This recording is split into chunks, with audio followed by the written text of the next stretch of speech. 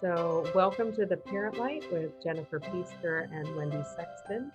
Both of us are mentors at the Ascension School of Spirituality. And we're really excited to be here in the space with you to really just share some perspective and help lighten the load of parenting within the community. Yeah, I'm Jennifer Peaster, an intuitive family therapist, and you can see that Wendy's an alchemy life coach and energy healer. And we decided today, rather than picking from the hat, that we would just talk about what's happening this week for us. It's been spring break, so that you might be experiencing that too. So Wendy, I'm curious, like how your spring break was. So yeah, we're just kind of in the beginning of it. We've had this will be day 4 if you include the weekend.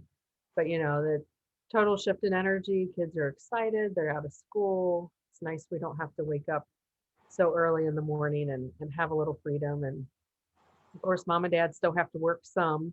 We're adjusting our schedules a bit. Um, but with more time together and more opportunities for the kids to be with their friends, um, can bring some more challenges. And, you know, in our household, and I've seen this ongoing, especially with my girls, my middle schooler girl in particular, um, what a struggle it can be to um, hold friendships, to develop them, to nourish them, at that age, being in middle school or even dating back to grade school, like second, third grade, and this one's now in fifth grade.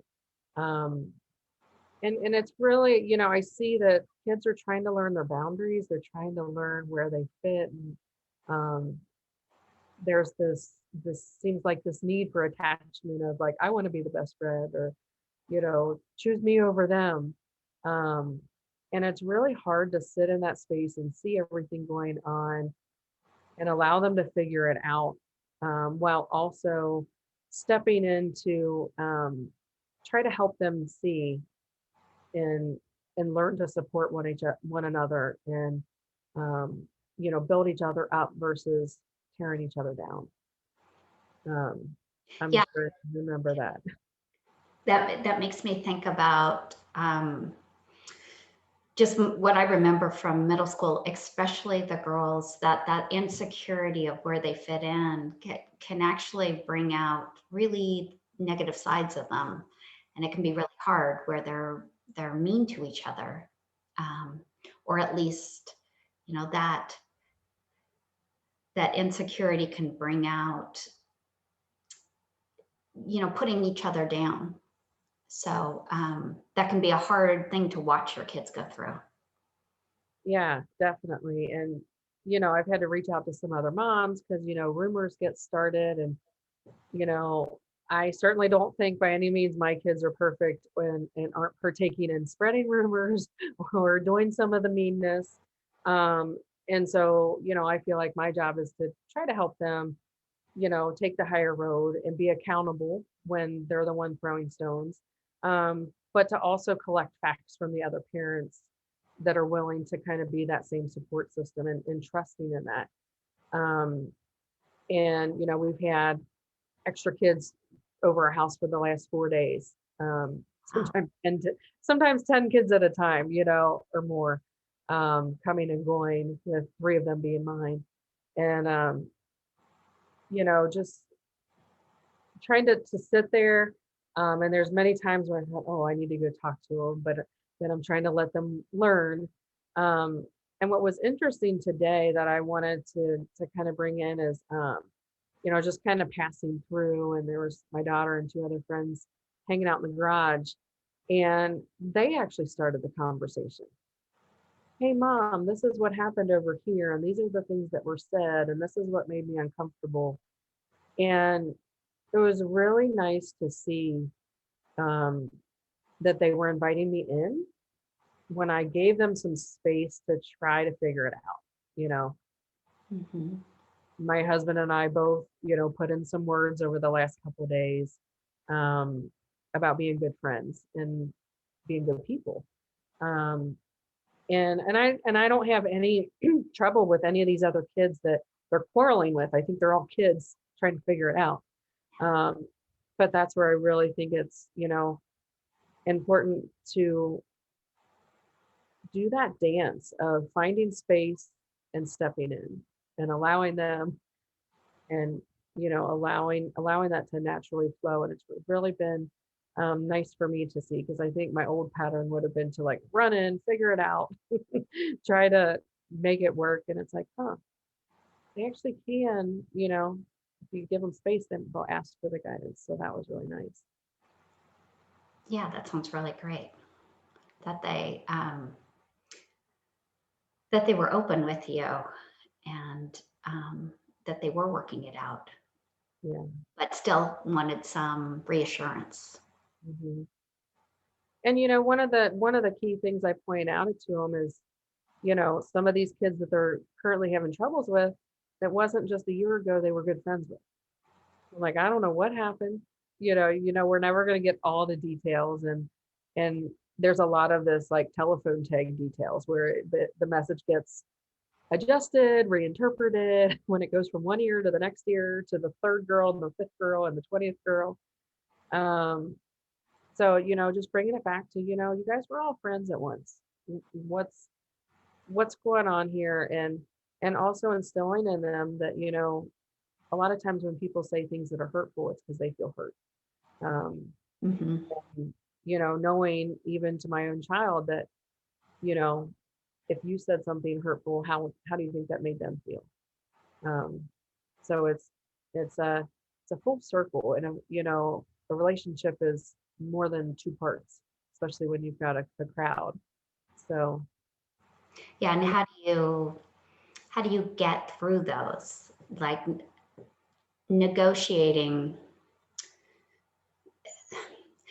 relationship skills? I mean, that's what I was thinking, that's when they're really learning it.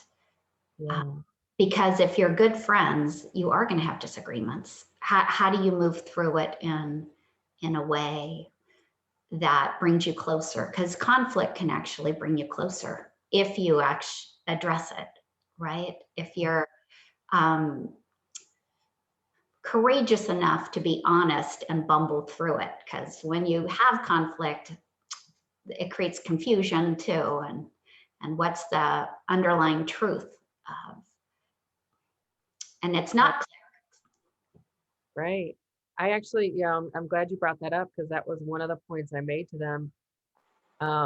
Knowing that I've heard different stories from different girls and different moms of even the ones that were in the room at the time, and saying, if you hear a story about a certain friend, the best thing you can do is go to them and talk to them about it, instead of assuming it's true or telling the next person along the line, because you might inadvertently be spreading a lie and you don't even know it. Right. And I think it's having that courage to come to the person at hand and say, this really hurt my feelings, or hey, I heard this about you. Did this really happen? Because man, it just spreads like wildfire, especially through technology. It's not the old telephone tag that took like a couple of days to get around the school. Now it's like, 100 kids can know in 5 seconds, through all of these social medias, and how that message can get reinterpreted along the way. Um,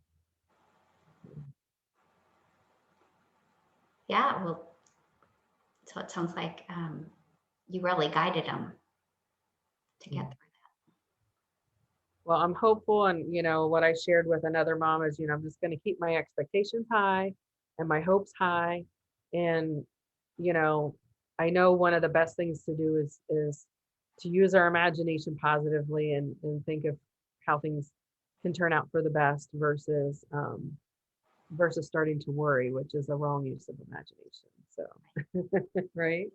having the faith that they're going to figure it out, and that you're there to help. And one of the things, I just visited my oldest daughter, my youngest daughter on spring break. It's the last one that's still in school. She's in college. And one of the things she reminded me that that I told her years ago is how I believe that each generation there's more emotional intelligence that gets developed, because like the more that we have as parents, we can kind of model it and teach it to our kids, and then they can pass it sooner to Mhm. each, I don't know, to each generation. I feel like it gets stronger where um, we understand more about the emotions and the relationship issues. So Yeah. when you have faith that they can get through it, then they have faith they can get through it. Mhm. Beautiful. Okay, well, was there anything else that you wanted to say? No, I think it's just learning to dance with what happens in life, and it's I feel like um kids are constantly teaching us, and so each day I have to learn what the new dance steps are with them.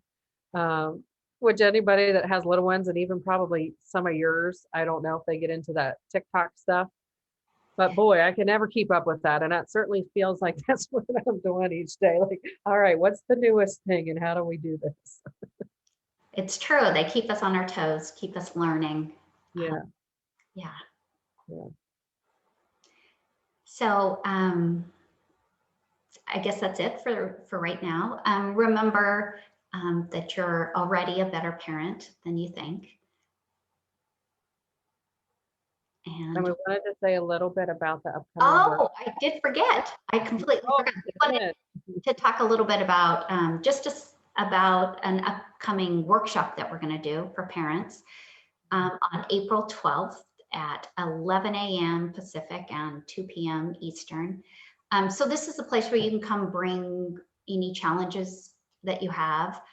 There'll be some time for more individual support. So, and if you have specific topics that you'd really want us to cover on this or at the workshop, we welcome them.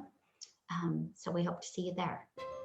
Yeah, so just a little bit more of a private setting um, between us and you. So Yeah, we're we looking forward to it. will hope Join. we'll see you there. Thank you. Thanks.